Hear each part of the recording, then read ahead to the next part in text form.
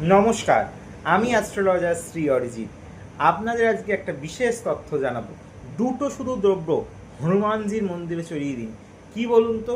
প্রথমতই বলবো, একটা মেটে সিঁদুর অবশ্যই মঙ্গলবারে কিন্তু হনুমানজিকে চড়ান, এবং তার সঙ্গে একটি গোটা নারকোল অবশ্যই হনুমানজিকে চড়িয়ে দিন।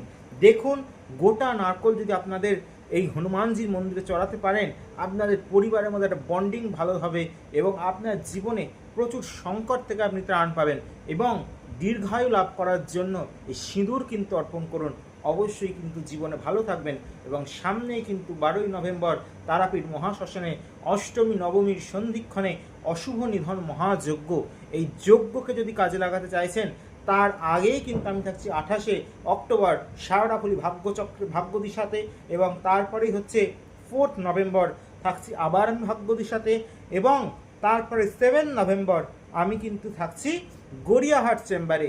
অবশ্যই কিন্তু যারা যারা কঠিন সমস্যায় আছেন, এবং 12ই নভেম্বর দিন আমি কিন্তু তারাপীঠ চেম্বার যেহেতু করব, অবশ্যই সেই দিনটি কিন্তু কাজে যদি লাগাতে চাইছেন, এবং 12ই নভেম্বরের যে রাত্রির থেকে আমি যে বিশেষ পূজা আহুতি হোম যজ্ঞ এবং গ্রহ সংস্কারের যে গুপ্ত তান্ত্রিক ক্রিয়া করে থাকব, সেই দিনকে যদি কাজে লাগাতে চাইছেন, কারণ সেই শ্মশানে আমি কখনো চিতার ওপরে, কখনো বা বিভিন্ন যে সমাধিস্থ করা থাকে বডি, তার উপরে বিশেষ বিশেষ ক্রিয়া করে থাকি।